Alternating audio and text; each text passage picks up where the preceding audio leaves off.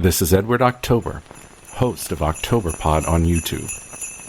Hear that jingle jingle? It could be Kris Kringle, or a home invader looking for an open window, a jilted lover looking for revenge, or a disgruntled coworker hoping to spike your eggnog with arsenic.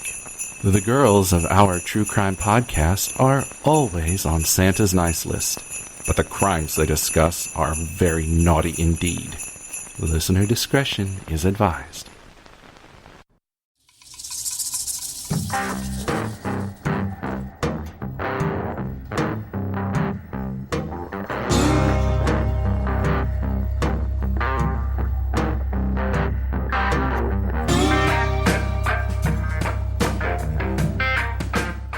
Hey, Jen. How are you? What's going on? I'm doing great. How are you? Nothing's going on. We're in the middle of Snowmageddon.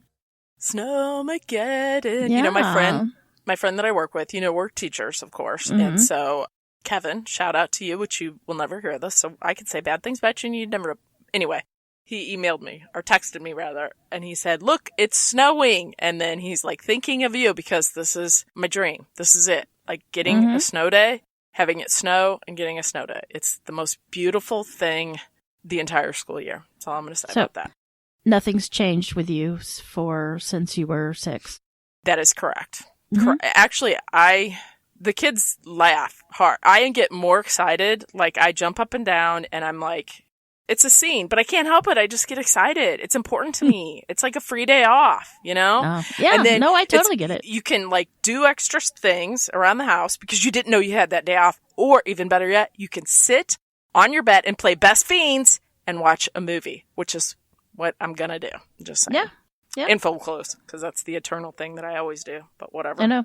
I told the kids that today they had their choice. They could either chill out and relax today, or tomorrow during their big day off, they could clean. So they chose today as their relaxing day. Yeah, of course they do. They always do, because I think kids think that the end of the world, hopefully, fingers crossed, are going to happen the next day, and then they don't have to do it. Or that I'm going to just forget. Yeah, there's never, ever a time in life that a kid goes, you know what? Gosh, Mom, let me get up today and clean the house. I'd rather have tomorrow off. Yeah, At least none of the kids I know, anyway. Yeah. Exactly. All right, Jen, we're about ready to hit day 11 on our 12 nightmares before Christmas. That means it's Christmas Eve. Well, wait. Christmas? Yes, because we Christmas end on the Eve. 20... Yeah, well, 23rd is Christmas Eve. All right, Jen, you ready to go? All right, I'm ready. Hit it. Suck it to me. Suck it to me, mama. All right, here we go.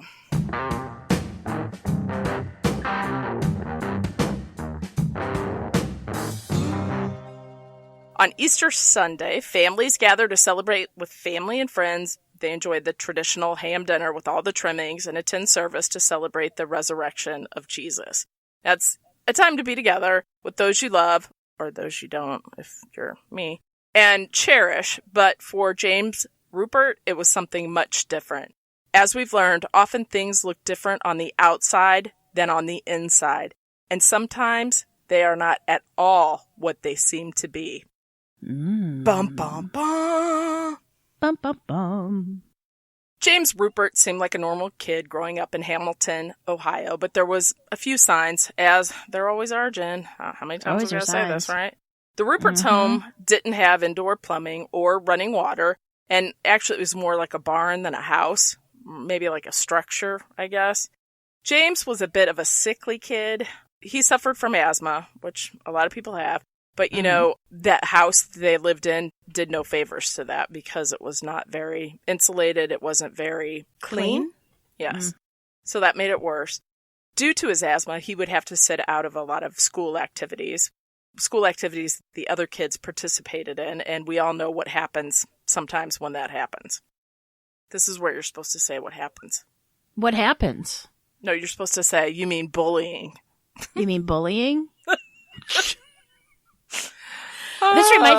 This reminds me of your first script. I know, that's what I was everything just scripted out. thinking. And I was supposed to. We are correct, dorks, man. Yeah. And people think that, we do this on purpose, and we don't. I know. And Cold, emotionalist. Oh, Lord. Whatever. Annoying dorks. That's what I think we I'd are. rather be cold and emotionless than annoying. Not really, because I know them both. Okay, Here we go. So Jen, he would sit out of a lot of activities, sports, and things like that at school because he couldn't participate due to the fact that he had asthma. But he was also really shy, skinny. He was kind of, I would say petite, but I don't think you say boys are petite. He was a little bit on the shorter stature. Compact, there we go. Mm-hmm. Because he was so skinny, he walked kind of hunched over, much like my son, because he's tall, but still loses 5 inches because he walks over like that. That happens. A lot of people that are tall do that, so they're not as tall. All of this came together, and it made him not really fit in with the other kids. He was routinely teased by all of them, his schoolmates and things like that. James ended up kind of becoming pretty much a loner. Even when he could do things, he would avoid doing the extracurricular activities. He didn't go to ball games, he didn't go to dances, and you know what? He never dated girls either. A little bit of a backstory, Jen. James was only 12 years old when his 36-year-old father died from complications from tuberculosis. James was forced to grow up a lot faster and take on more responsibility around the home. James would look back on his dad and he wouldn't really remember him fondly. In fact, he said that he remembered his dad as a man with a violent temper who showed no affection for James. Now, affection for James, that's the key part in James's mind, right? Mm-hmm. Not his brother. James believed that his father did not hold much faith, put very much faith behind James. He would tell him that he'd never be successful as an adult. He'd never hold a job. He'd never get a girlfriend. You know, just terrible things a parent would say to a child. The death of his father only made his life with his mother much worse. Charity Ruppert, James's mother, told him that she never wanted him and that she'd actually wanted a baby girl, not another boy. The mother didn't bother to hide her preference for Leonard, the older brother. James had said that his brother was always mean to him when they were younger and actually would beat him up with a hose and tie him up and, well, you know, act like a bully older brother that they sometimes are. Right. Ruppert would later tell psychiatrists that after his dad died, his mother would beat him and taunt him and would encourage his brother Leonard to do the same. Ooh. At age 16, things at home got so bad that Ruppert ran away. And then after coming home, he later attempted suicide by trying to hang himself with a sheet. Ooh. Though he failed in this attempt, the thought of suicide was something that stayed with him for decades to come. Ooh, and how old was he when he did this? Young, 16. Oh. His brother was all things that James was not. Leonard was popular and played sports. Leonard was 5 inches taller than James, which always bothered James because he was a pretty petite kid, a pretty little guy. School teachers would always compare James to Leonard as Leonard excelled in school, and James did not. Leonard had all the things that James always felt that he lacked. Leonard graduated from night school with a degree in electrical engineering, whereas James flunked out of college after 2 years. Leonard became a successful engineer with General Electric, whereas brother James went from job to job. Leonard was happily married with 8 children, whereas James was never married. And in fact, he was jilted by his only fiancée, the only girl he ever dated, and he continued to live with his mother. But more importantly to that, James had dated all these women whom his brother liked, but his brother would actually later marry one of James's former girlfriends. So wait, James' brother married one of his girlfriends? Former girlfriends, yeah. Oh. So stole him away. James liked to spend a lot of his free time at the library in Hamilton, but that would come to an end in 1965 when police were called in regards to an obscene phone call that was made to one of the workers at the library. James did admit that he made that phone call after the police kind of badgered him and they kind of felt that he did it. But he'd also tell police that he was convinced his mother and brother were attempting to discredit him by informing everyone of his transgression and reporting to the FBI that he was a communist and a homosexual. Oh, good. And here comes the paranoia. Because the FBI really wanted to know that he was a homosexual. That was really on their top. And a communist. Yeah. He believed that the FBI was tapping his telephone, not only at home, but also any place that he'd visit. And, you know, that would be a restaurant, a bar. It didn't matter. He believed that they were trailing him and then actually tapping any phone of any place he visit, which is he was paranoid. Extremely paranoid. Yeah, it sounds like it. By 1975, he told psychiatrists of being followed by various police agencies.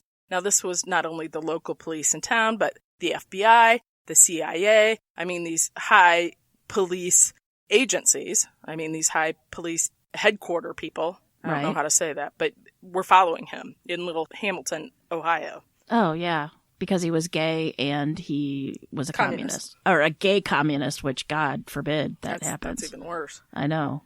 Burn him. Here's where I'm going to bring up James's fascination and passion for what?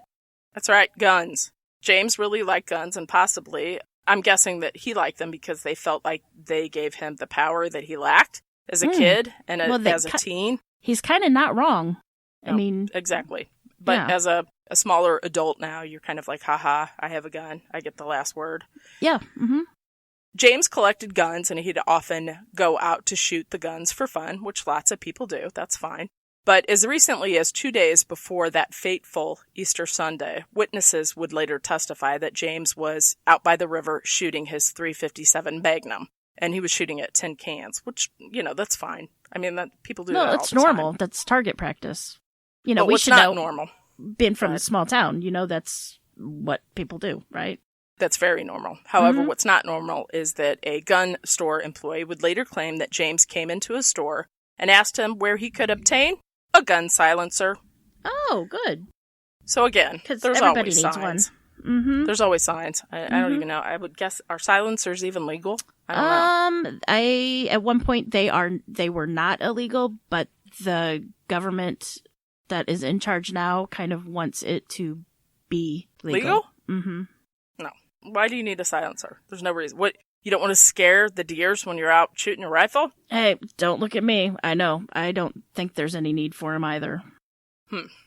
So we know that James may have had, ironically, since we just talked about that last episode, may have had less than an ideal upbringing. We know that James believes he's being watched by the FBI.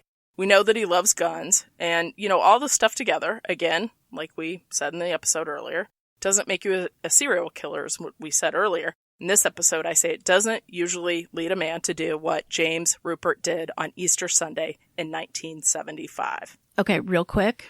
Under federal law, it has never been illegal to own a silencer. If it is legal for you to buy a handgun and you live in a state that allows ownership, then it's probably legal for you to own a silencer. And there are 52 states that allow private ownership of which two don't? Silencers. No, 42 states allow it, so that means 8 states don't. No. 42. I got you. Yeah, 42. Good thing I know math. You do know math. You amaze me by your math. Charity Ruppert was going to host that fateful Easter family dinner. Now, since James lived with her, she only needed to invite Leonard, his wife Alma, and their 8 children. That's right, 8 babies. Like all children on Easter morning, the highlight is, of course, the egg hunt and the visit with the bunny. So shortly after arriving, Leonard's 8 kids, ranging in age from 4 to 17 years old, were out in the front yard busy hunting Easter eggs. Whoop, whoop. That was so fun. Soon they all were called inside. They were getting ready to eat. So they all came into the house, and they're going to have this great big, beautiful Sunday Easter dinner. I'm sure the mom was pretty excited about having all these people over. So everybody's getting ready. They're just kind of hanging out all in the house, except for James. Now, James, who had just turned 41 years old the Saturday, like 24 hours before, the day before. The day before. He was actually on the second floor of the house, and he was up there taking a nap / making final preparation, right? Oh. Mm-hmm. James spent the afternoon asleep in an upstairs bedroom. At 4 p.m., he woke up and he went downstairs where he made some small talk with the brother, the wife, and the kids. Spent a few minutes with them, and then James said that he was going to go upstairs, get his guns, because he was going to go target shooting. He was going to go practice shooting his guns. So he went back upstairs. Charity was prepping the food for the big dinner while Leonard and Alma were at the kitchen table and their children were scattered all around the house. The serenity of the family was about to be shattered. James Ruppert walked calmly down the stairs carrying 3 revolvers, a .357 Magnum and twin .22 caliber handguns, and an 18-shot rifle. As he walked through the kitchen, his brother asked him, with, like a snicker, a smile, right. Mm-hmm. "How's your Volkswagen, Jimmy?" Which I guess is a it's a demeaning comment about his car. Right. James leaned against the kitchen sink, apparently to brace himself, to steady himself. James then lifted up the gun and fired his first shot at his brother, Leonard, who fell backward onto the floor. Oh. He then shot Alma, followed by his mother. When it was all over and done, James Ruppert had fired 31 shots, stopping only to reload. 10 of the victims were shot point blank in the head, with the final victim shot in the chest. 5 bodies were found in the living room and 6 in the kitchen area. They were not restrained, and it seemed like there wasn't even a struggle. They were just shot one after the other. One of the Ruppert children was actually found lying only a foot or so away from the back door. It seemed that she had tried to make a run for it, and she'd even managed to open the door, pry it open, before her Uncle James brutally shot her. Shot her. That's horrible. None of the other victims even came close to escaping. They were all shot dead where they were. Can you imagine the panic they must have felt? No. From somebody that they love and trusted, and sure, they had little respect for him, but to come down and... but their kids, the adults probably might not have, but the kids did, because the kids only know what the parents say. Right. Mm-hmm. So James Ruppert would call the police that evening at about 9:30. Now, this is the same night. He tells the police what he'd done. When police arrived, James was standing in the doorway waiting for them. As he stood there, police could see lifeless bodies sprawled all on the floor behind him. The officers on scene would state that James said, quote, "My mother drove me crazy by always combing my hair, talked to me like I was a baby, and tried to make me into a homosexual," end quote. I don't understand why mothers do that. But you know what? He's paranoid. Who No, even knows I know, if she does I do know. that. But maybe That's she true. did. This is from his point of view, right? Yeah, true. You're right. And he was a sickly kid. He was the one that wasn't popular. He was the one that was bullied. So maybe she did baby him a little bit more, right? Yeah. I think there's worse things than combing his hair and talking to him like a baby. The Yeah. father told him he was a piece of shit that wouldn't amount to anything. So That's true, but still, just... James Ruppert was taken into custody, as there wasn't even a question as to who had committed such a violent, unreal act. But what remained to be seen was why.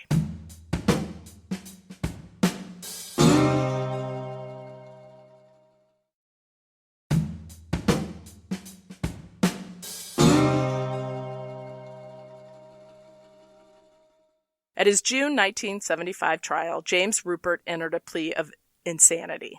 Defense attorney H.J. Bressler argued that the very act James had committed was itself insane, that James Ruppert had been insane for 10 years, and he was incapable of controlling his actions. Several expert witnesses agreed. The trial was a circus, with people arriving early in hopes of getting a seat in the courthouse. If the people that arrived there were unable to get a seat, they would peer through the windows and watch every move in the trial, kind of like, to me, I had the vision of it being like goldfish in the fishbowl, and you have all these eyes and peeking in through all the windows. Experts would take turns taking the stand to testify about what they thought about James Ruppert. Prosecutors would claim that the motive was that James planned to kill the whole family and then take the family's net worth of $300,000, then get himself declared not guilty by reason of insanity. And the whole idea was that he would spend a couple of years in the mental hospital and then be out, and all that money would be his. Yeah, I don't think that's how that works, though, right? Under Ohio law, James Ruppert could not have inherited his victim's estate if he had been found guilty of murder. If, however, he had been declared innocent by reason of insanity, he could have gotten everything. Really? Even though he caused the murders? Even though he was dubbed insane? That's unreal. James Ruppert could have used the money, having been out of work for a long time. He didn't really have any money of his own. He couldn't even work. There was some talk that he was seriously in debt to his mother and his brother, and he had invested and lost thousands of dollars in the stock market earlier on. And the talk was that his mom was fed up with it, and she was about to evict him because she was sick of him living rent-free in her house. So all of that kind of coming together Triggered is what it. the prosecutors say happened. Dr. Howard Sokoloff would say that James was in a paranoid, psychotic state. This would make James inclined to be excessively suspicious, CIA, FBI, jealous of his brother, and angry at his mother. Prosecution called 29 witnesses and presented 200 exhibits to illustrate that James had carefully plotted and schemed to get all of the family money tied up in life insurance, real estate, savings accounts, and other investments owned by his mother and brother. Doctors testified that James thought his brother had been trying for several months to sabotage his Volkswagen. Like he would find sort of the, somebody got in my car and replaced the dashboard and put it all back perfectly the same. Yeah, I know who that, That, or Stephen Wright would say somebody broke into my apartment and they stole everything and then they replaced everything with the same exact thing. Replica. Mm-hmm. Yep. James was convinced that Leonard had gotten into the car and had done several things to it, such as put holes in the muffler. And it also said a bunch of stuff that I don't understand, and I asked my students what they were, and they tried to explain it to me, because it was like automobile talk, and I don't understand that. So I just went with holes in the muffler, because I know what that is. Mm-hmm. James believed that Leonard was mocking him about the car. And that afternoon, when he asked that question to James about his Volkswagen, how is it, that was the culminating trigger that caused James to go off the deep end. You think that that's the reason why he decided to shoot up the entire family? Because of the car? That's what they're saying. Yeah. That pushed him. No, that just helped. Like he was mad, and that just pushed him. I mean, that's what prosecutors said. Yeah. Defense psychiatrists testified that James was absolutely obsessed with the idea that everyone was out to get him and ruin him and his reputation. Now, these people were not only in the family. Did he have a reputation? Thank you. These people were not only in the family, like his mother and brother, but like I mentioned earlier, it was the FBI, the CIA, the local police, the state police. I mean, all these people, right? Right. Which we all know would care less about some guy named James Ruppert in Hamilton, Ohio. Right, exactly. They called up a Harvard psychiatrist named Dr. Lester Grinspoon. He testified that James's deadly reaction may have been uncontrollable, and that's kind of what I think. Mm-hmm. And he says, quote, his ego was just completely overwhelmed by this rage, this suppressed rage, which had been accumulating since childhood. There was no way in which he could avoid doing this act. In fact, if there had been more people in the house, they might have been killed too. And I agree with that. I think it just happened. He was kind of waiting. The idea was that he had planned this for a long time. And this was just the perfect opportunity to take them all out at one time. But didn't he basically, he came down with all the guns, correct? Mm-hmm. Right? Remember he had said planned he was that going to go before. target. Yeah. I mean, he said that he was going to go target practice shooting. So I'm guessing so that when he came downstairs with the guns, nobody would think that's weird. Because if somebody came downstairs with a bunch of guns and you're not knowing why, it would freak you out. But if they just said, hey, I'm going to go target shooting, you wouldn't bat an eye. You'd be like, right. Oh, okay. There he is, going target shooting. With all of his guns. The doctors believed in the idea that James had lost touch with reality and he had become a victim of self-delusion who acted from sheer impulse, the perpetrator of a brutal yet purposeless crime, which makes the TV show that I watched yesterday, Ernie and Joe, on HBO. You got to watch it. This is what they deal with. People like this that can go the other way. I love you, Joe. People that are in crisis? Mental health. Okay. Yes, mental health. Like they're mentally sick. They have a mental health situation is what they kept calling it. Okay. So they could be schizophrenic, but they could also be a drug addict, high on drugs, depressed, just lost their job, whatever, all that stuff. 1 year following Easter Sunday, 1975, the Ruppert home was unlocked as they were going to auction off everything inside, the furniture, appliances, everything that was in there because, pretty much, I mean, let's be honest, who wants that stuff? But of course, dozens of people come out because, they're looking for bargains and they want anything that's gory, graphic, and gross. Of course, they're going to want, right? Anything that they can say, hey, this is from the Ruppert Massacre site. People would come in the house and they would make their way all the way through the front door, through the house, backyard, all that stuff up there. One of the people in there said that it was a circus, a sideshow.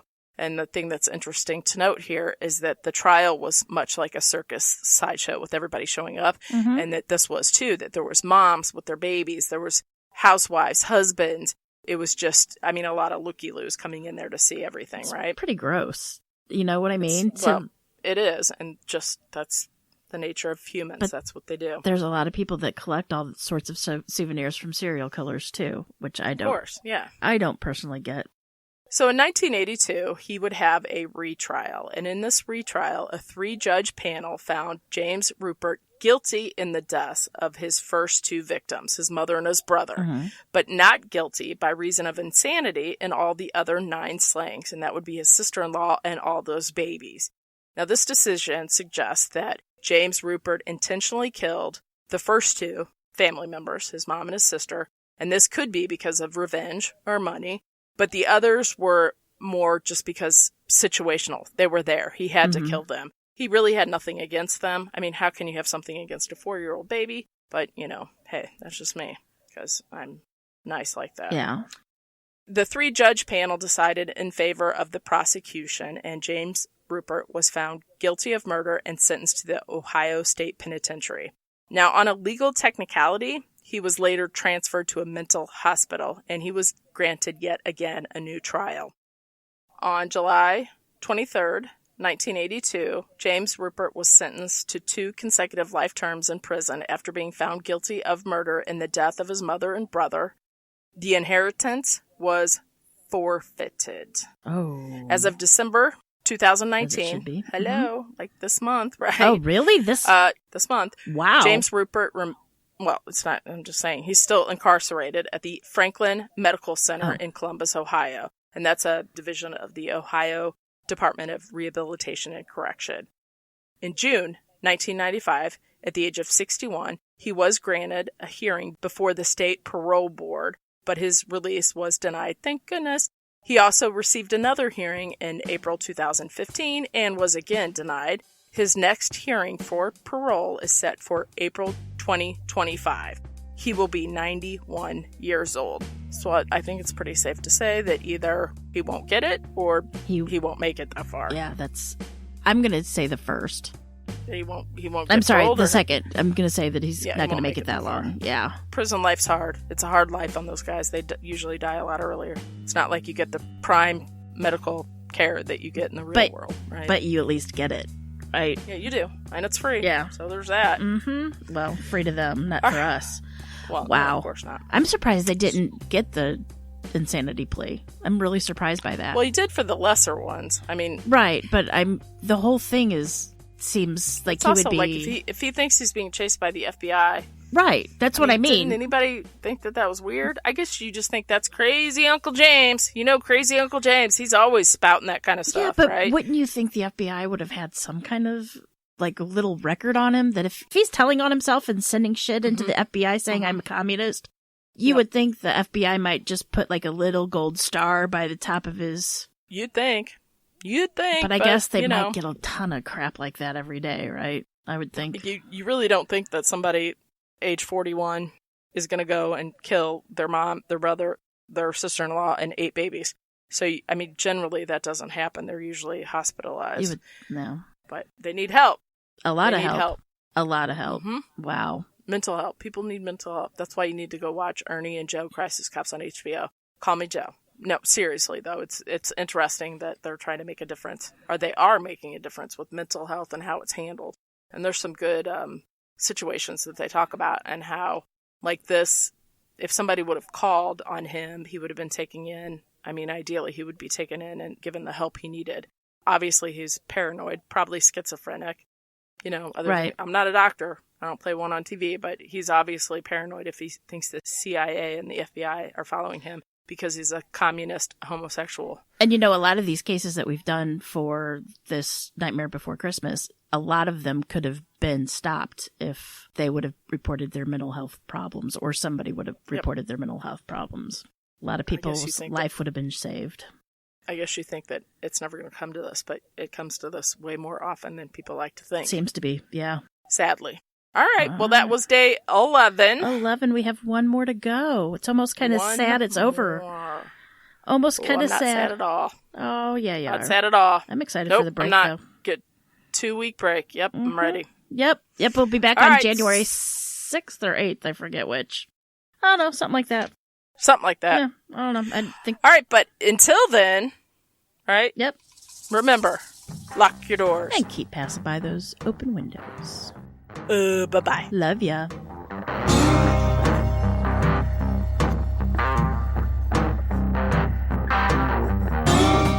Today's episode was researched and written by me, Cam.